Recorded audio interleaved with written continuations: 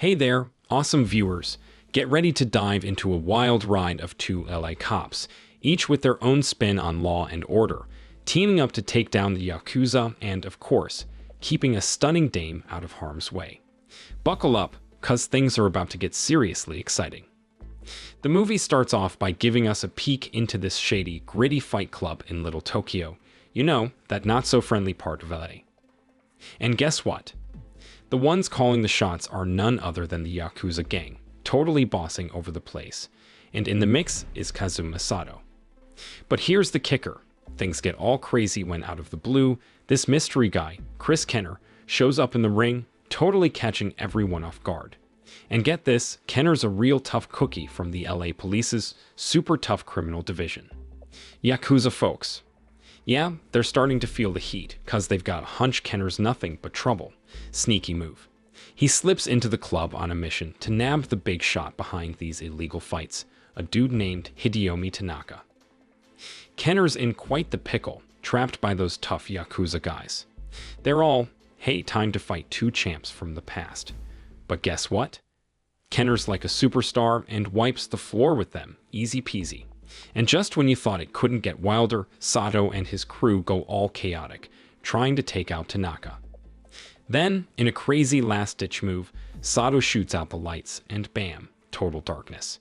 In that madness, Kenner pulls off some ninja tricks and sneaks out, avoiding that messy brawl. Meanwhile, Sato and the gang trying to make a quick getaway, but hold on a sec. Kenner steps in, like a real hero, blocking their path. Even with no bullets left, Kenner's not budging. Sato's all, hit him with the car, but somehow Kenner leaps over it like a superhero, just barely escaping getting squashed. The next morning, Kenner woke up feeling a bit low because he couldn't catch Tanaka and Sato. Needing a boost, he headed over to Suzui's spot for breakfast. Suzui, this awesome Japanese lady who ran the place, recognized Kenner from the neighborhood. And here's the kicker. Even though he's Native American, Kenner talks in Japanese like a total pro, which totally wowed the locals. So he's just there, enjoying his ramen, when guess who busts in? Sato and his gang, crashing the scene and demanding money from Suzui for protection. When she stands her ground, one of Sato's buddies whips out a knife, going all scary on her. Sato and his crew storm Suzui's spot, brandishing a knife and acting all big and bad. But here struts in Kenner, like a real hero, giving them the boot. Little did they know, Kenner's got a badge too. They're all, let's fight. And Kenner, who's got a rep for being a tough cookie, takes them down like a breeze. But hold on, right in the middle of this craziness, police officer Joni Murata's on his way over. When he gets there, he's all mixed up and thinks Kenner's the troublemaker from last night. And wham, he's on Kenner like a charging bull. These two cops were completely tangled up from the get-go. Joni and Kenner, they're a team, teaming up to tidy up Little Tokyo from those bad dudes, the Yakuza gang. There's this dude they took down after a wild fight, and now he's snoozing right there. They're like, let's drag him to the police crib. Over at the station, Kenner and Joni get right to the point with the Yakuza guy. But this dude's playing hardball, not saying a peep. Kenner's patience runs thin, and he goes all Hulk, ripping the guy's clothes and showing off that super obvious Yakuza tattoo. Seeing that tattoo hit Kenner like a ton of bricks, stirring up memories of his parents who got taken out by the Yakuza in a brutal way when he was just a kid. All those locked-away feelings surged back, and he was itching for payback against Sato's crew. Thankfully, Kenner stayed cool and didn't jump on Sato's buddy. But Joni was all, hold up, what's going on? He wanted the lowdown, so Kenner spilled the beans, telling him that the dude they caught was part of this wicked Yakuza gang called the Tetsu clan, famous for being super vicious. As Kenner's breaking it down, Joni catches sight of Sato's buddy, giving himself a neck twist. They both jump in to halt the action, but it's a dead end. That scene of Sato's buddy doing that gets stuck in Joni's head. Kenner spills the beans that in Yakuza land, offering yourself to shield the boss's secrets is seen as an honorable move. Even though Sato's buddy had a rough ending, Kenner and Joni know they have a duty to wrap up and need to up their game. Now switch scenes, the Tetsu crew puts Tanaka in a tight spot. He's blamed for spilling about a secret fight to the cops, letting them sneak in. They cram him in a car, then flatten it like a soda can in a car crusher. And guess what? The Tetsu big boss, Yoshida Amiri, aka Yoshi, is right there, watching over it all. Later that same night, things shift to a party where this American lady, Angel Moeller, all caught up with drugs, hangs out with her pal Yua Minako. While they're just chatting away, Sato and his gang show up and summon Angel for a chat with the big cheese of the Tetsu crew, Yoshi. The scoop is Sato's after Angel because he figured out she talked Tanaka into quitting the Yakuza gig. Angel and Tanaka had a thing going on, and that got Yoshi all riled up to give her a lesson. But Angel's no quitter and tries to charm Yoshi, offering herself up. Yoshi goes along, acting all tempted, plants a smooch on Angel, and starts peeling off his duds. But hold on, he's got a sneaky katana hidden, and boom, he goes for it, slashing Angel's neck like a scene from a scary movie. Skipping forward, the cops find Angel's headless body by chance. Kenner and Joni hit the scene to snoop around for clues. A forensics whiz, Russell Word, gets all CSI on Angel's remains and sniffs out some Japan-only drugs. Kenner pieces it together, figuring out who's the murder mastermind, but no proof to back it up. So they're back to square one with the investigation. On the move, Kenner and Joni start swapping life stories. Turns out, behind the tough facades, they're more alike than they thought. Out of nowhere, they're right in front of this flashy joint, Bonsai, a wild nightclub where the Tetsu clan hangs out. Kenner charges in, fists flying.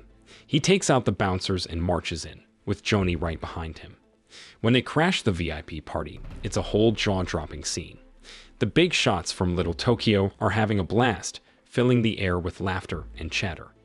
Kenner's gaze locks onto the stage, and bam, he recognizes the singer.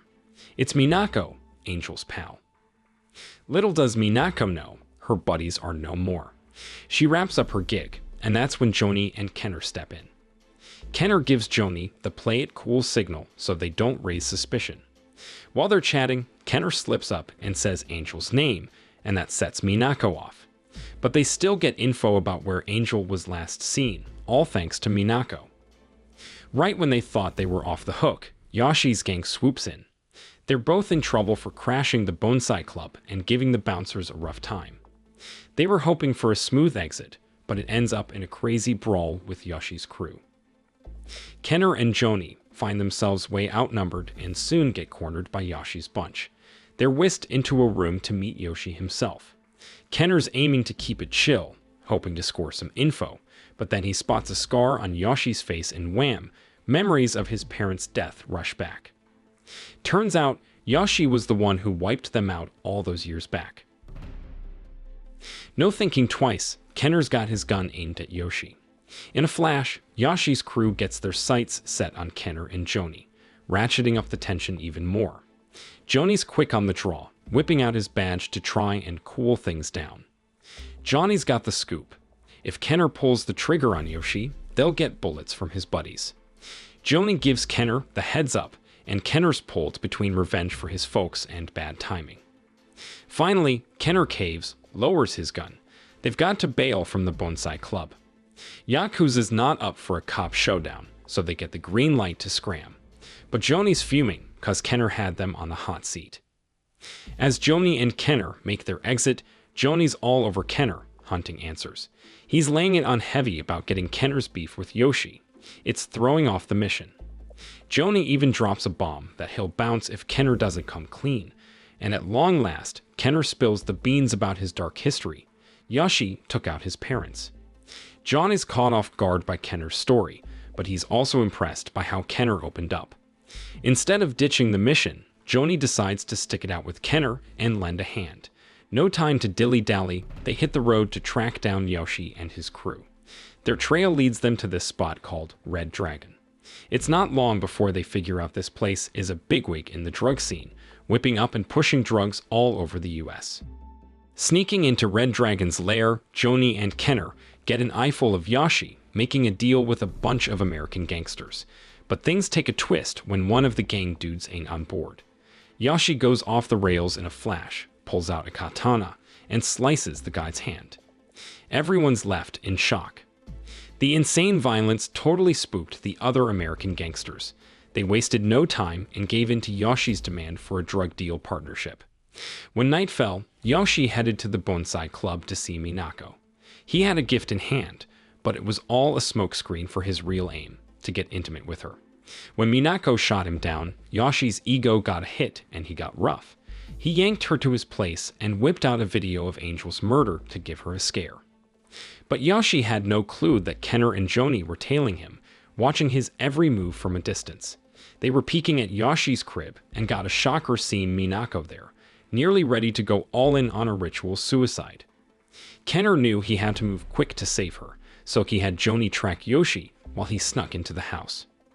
Kenner was really stepping up, taking on the Yakuza guarding Yoshi's place all by himself. He busted through them and made it to the room where Minako was about to pull something crazy. Without wasting a moment, Kenner sprung into action and put a stop to Minako's plan. He saved her just in time. They dashed out of Yoshi's spot, Kenner going all guns blazing in a shootout with the Yakuza chasing them. Even though the odds were stacked, Kenner and Minako jumped into a Yakuza car and took off. But there was a catch. One of Yoshi's guys had to give up his finger as an apology, sticking to Yakuza traditions. Here's the kicker.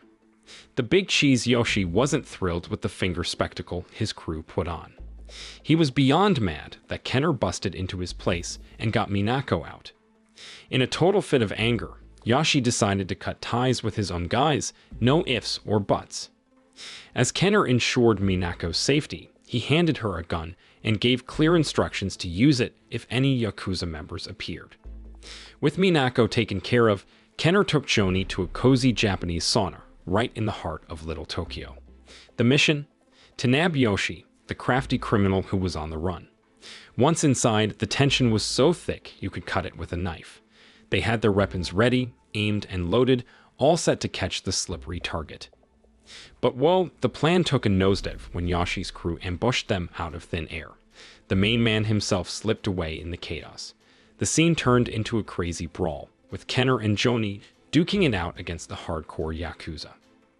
Even though the odds were against them, they managed to come out on top, but Yoshi was still out there, playing hide and seek. Not cool at all. Kenner was amped up, not about to let Yoshi escape again. He hatched a plan to grab Minako and seek shelter in a classic Japanese-style house. As night settled in, the cool breeze played on Minako's skin. She found a little solace by an outdoor pool and stumbled upon Kenner taking a relaxed dip. Without hesitation, she slipped into the water, joining him for some soothing moments. They kicked back in the warm pool, sparks flying between them. They let their emotions flow, seeking comfort in each other's arms. But the tranquility shattered when they spotted Sato and his gang closing in on their hideout.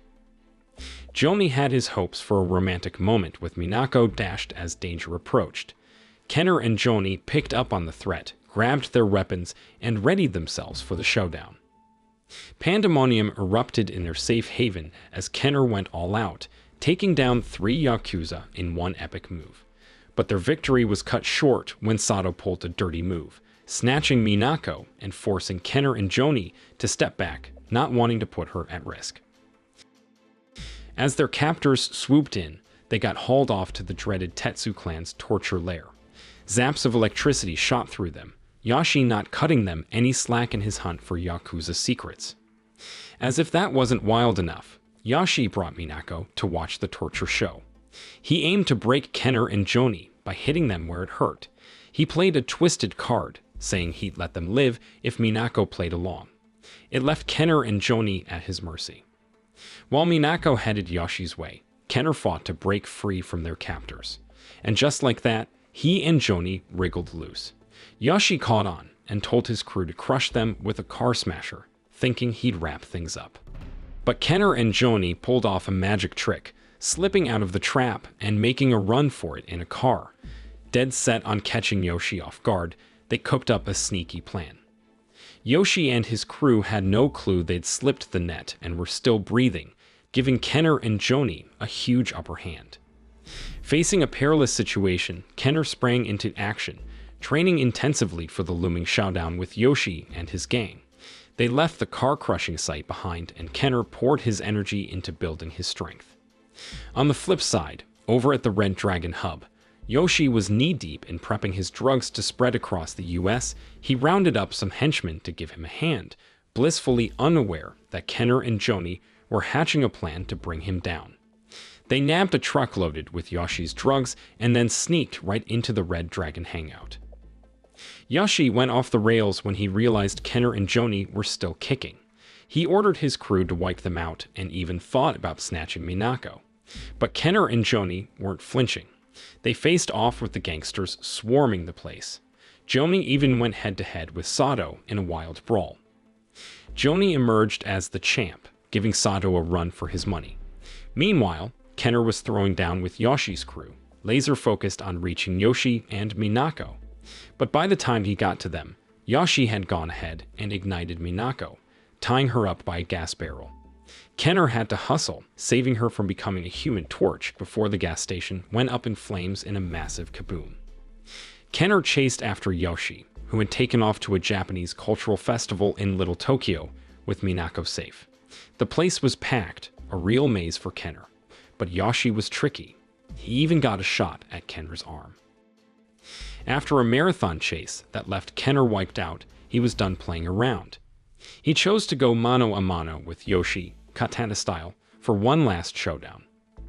Joni and Minako watched, along with a bunch of festival goers. Kenner was dead set on winning, even though he was battered and cornered. He gave it his all and finally took Yoshi down. The folks in Little Tokyo were pumped, cheering for Kenner for ending Yoshi's chaos. Game over. Lesson learned: sometimes you gotta fight fire with fire to beat the baddies. Just gotta be smart, not lose it. Revenge and hate. Nope, they just bring more trouble. Justice and peace. Now, that's the real deal.